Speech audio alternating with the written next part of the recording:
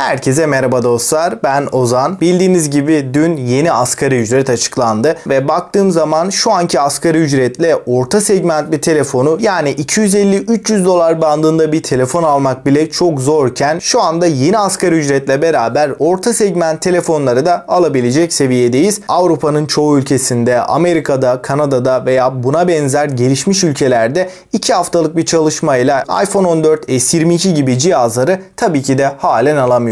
Ama yine de orta sınıfta idare edebilecek, 2-3 sene boyunca da sorunsuz şekilde kullanabileceğiniz telefonlar var ve listede de gerçekten fiyat performans oranıyla en tepede yer alan telefonlara yer vermeye çalıştım. Burada olabilecek en düşük bütçeden asgari ücrete kadar gideceğiz. Ek olarak biraz daha üstüne çıkıp bence alınması daha mantıklı olan bir telefondan da bahsedeceğim. Bana destek vermek için de videoyu beğenmeyi ve abone olmayı unutmayın. İsterseniz ilk olarak listemizin en uygun fiyatlı, bence de fiyat performans açısından da en iyi cihazlarından biriyle başlayalım. Realme C25s 9.6 mm'lik kalınlık ve 209 gramlık bir ağırlığı bulunurken telefonumuzun tamamıyla plastik bir yapıya sahip olduğunu da söylemem gerekiyor. 6000 mAh batarya ve 18 Watt hızlı şarj desteğiyle beraber geliyor. Bu batarya ile C25s 2 güne varan bir performansı da bize rahatlıkla sunabilirken batarya konusunda listenin açık ara en iyi cihazı diyebilirim. Ekran kısmında damla çentik tasarımı ile gelen 6.5 inç IPS HD Plus çözünürlüğünde bir panel kullanılmış. 270 ppi piksel yoğunluğuyla en azından ekranın dibine girmediğiniz sürece pikseller kesinlikle sizi rahatsız etmeyecektir.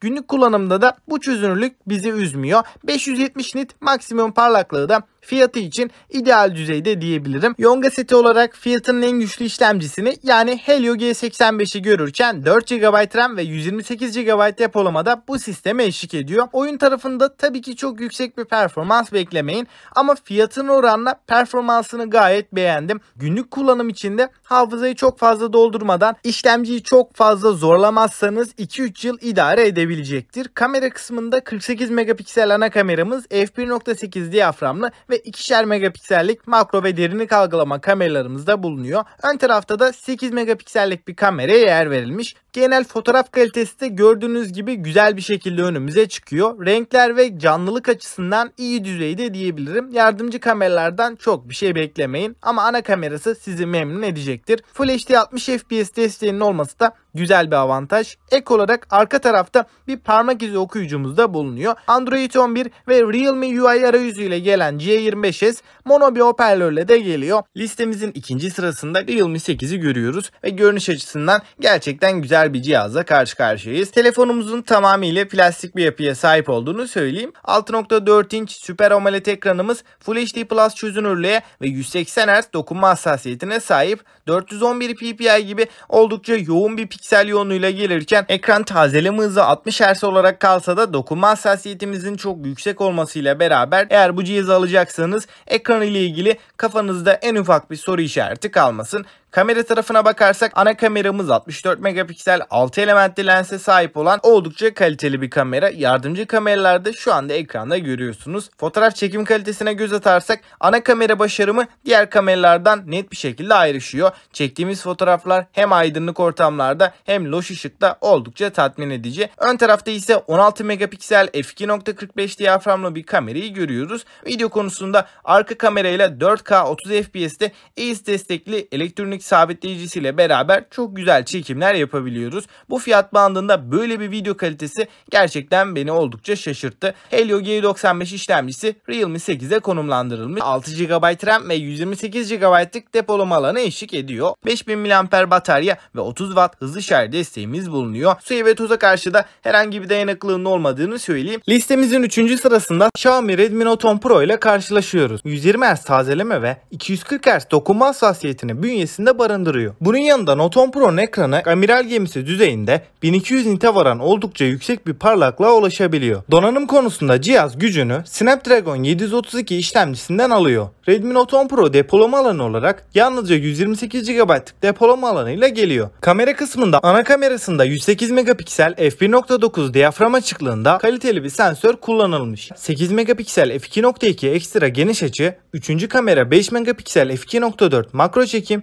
ve son olarak dördüncü kameramızda 2 megapiksel f2.4 portre fotoğraflar için derinlik algılama kamerası. Video çekim performansı olarak cihazımız 4K 30 fps ve 1080p 60 fps desteğini bünyesinde barındırıyor. Ön kameraya baktığımız zaman 16 megapiksel f2.2 kamera bizleri karşılıyor. Batarya konusunda 5020 mAh'lik büyük bir bataryaya sahip olan Redmi Note 10 Pro 33 Watt hızlı şarj desteğini görüyoruz. Stereo hoparlörlere sahip olan Note 10 Pro suya ve toza karşı ise IP53 sertifikası ile korunuyor. A52s 5G'nin çıkmasıyla fiyatı bayağı bir düşen A52 4G'yi görüyoruz. A52 6.5 inç boyutunda Full HD Plus çözünürlüğünde 90 Hz tazeleme ve Samsung'un kendi üretimi Super AMOLED panelle karşımıza çıkıyor. Ana kameramızda 64 megapiksel optik görüntü sabitleyicisini bünyesinde barındıran ve fiyatını gerçekten tam anlamıyla hak eden bir ana kameraya sahip. Galaxy A52 video çekim performansı olarak arka kamerasıyla 4K 30 FPS'e kadar video çekim imkanı sunuyor.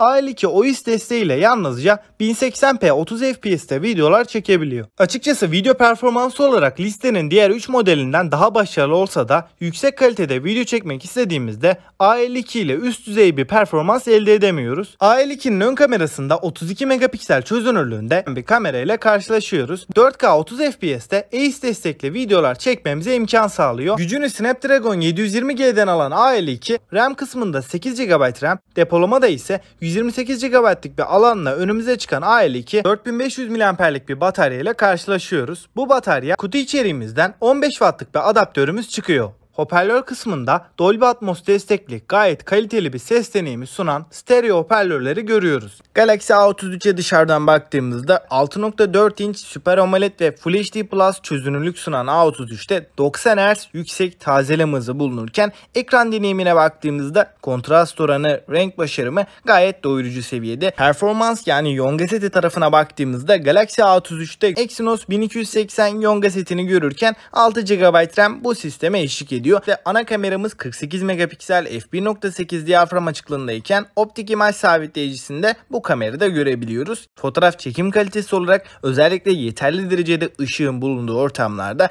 güzel sonuçlar elde ediyoruz. Bu fiyat bandında en iyi video performansı Galaxy A33'te diyebilirim. Ön tarafta da 13 megapiksel f2.2 diyaframlı bir kamerayı görebiliyoruz. Bu kamerada Full HD videolar çekebiliyor. Genel kamera bütünüyle Galaxy A33 her anlamda bayağı iddialı bir cihaz olmuş. 5000 mAh batarya ve 25 Watt hızlı şarj desteğimiz bulunuyor. Ancak kutu içeriğinden herhangi bir adaptörün çıkmadığını da söyleyeyim. Yazılım tarafında da Android 12 ve One UI 4.0 ile gelen A33 uzun yıllar boyunca da güncelleme almaya devam edecek. Dostlar şimdi listeyi genel olarak bir değerlendirelim. Burada en uygun fiyatlı olarak 5000 TL bandında bir telefona yer verdim. Açıkçası bütçeyi daha da düşürebilirdik. Fakat 4000 bandında çok da iyi telefonlar kalmadı ve Redmi 9, Redmi 9T gibi cihazlarla aradaki 1000 TL yani 50 dolarlık farkı verip Realme C25s almak her anlamda çok daha mantıklı ve iyi bir tercih diyebilirim. Realme C25s aldığınız zaman performans olarak da batarya olarak da sizi hiçbir şekilde üzmeyecektir. Uygun fiyatlı cihazlar arasında da en uzun ömürlü telefonlardan diyebilirim. Bütçeyi biraz daha arttırdığımızda Redmi Note 10 ve Realme 8 en mantıklı iki tercih olarak önümüze çıkıyor. 6000 ile 7000 aralığında bu telefonların alternatifi olduğunu da düşünmüyorum. Gerçekten iki cihazda fiyat performans şampiyonu diyebilirim. Zaten listelerimde de bu iki telefon olmazsa olmaz. Realme 8 kamera yönünde, Note 10s'te özellikle hoparlör performansı ve oyun tarafında biraz daha başarılı diyebilirim. İki cihaz da birbirlerine çok yakın deneyime sahipler. Ancak kamera odaklıysanız Realme 8'e bakmanız daha mantıklı olacaktır. Asgari ücret sınırına yani 400 dolar bandına geldiğimizde burada 3 telefondan bahsetmiştik. Galaxy A52, Redmi Note 10 Pro ve Galaxy A33. Bu aralıkta 3 telefona yer verdim. Çünkü hepsinin hitap ettiği kesimler ayrı ayrı diyebilirim. Galaxy A52 kamera tarafıyla biraz daha öne çıkarken yazılım deneyimi olarak da kesinlikle önde. Redmi Note 10 Pro'da daha dengeli bir cihaz isteyenler için iyi bir seçenekken Galaxy A33'te 5G desteği, pil ömrü ve güncelleme desteğiyle de diğerlerinden ayrılıyor. Bana soracak olursanız olursanız 5G desteği henüz yaygınlaşmamışken, hatta çoğu bölgede de daha kullanmaya bile başlanmamışken bu 3 cihaz arasında en dengeli model olan Note 10 Pro'yu tercih etmek bana daha mantıklı geliyor. Ama dediğim gibi bu 3 telefonda fiyatlarına göre hiç fena değil. Eğer ki telefonda oyun oynuyorsanız Galaxy A33'ü pas geçin derim. Çünkü Exynos 1280 oyun odaklı bir işlemci değil. Oyun tarafında sizi üzebilir. Galaxy A52 ile Redmi Note 10 Pro birbirlerine çok yakın bir oyun performansına sahip. Oyun oynuyorsanız Galaxy A52'de Note 10 Pro'da bu fiyat bandında idare edecektir.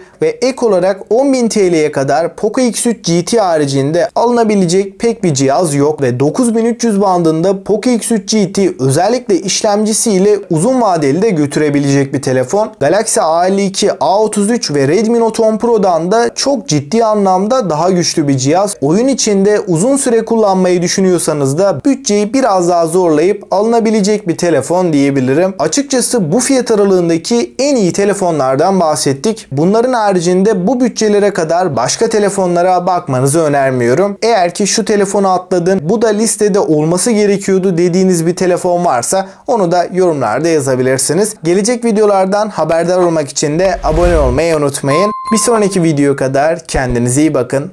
Hoşça kalın.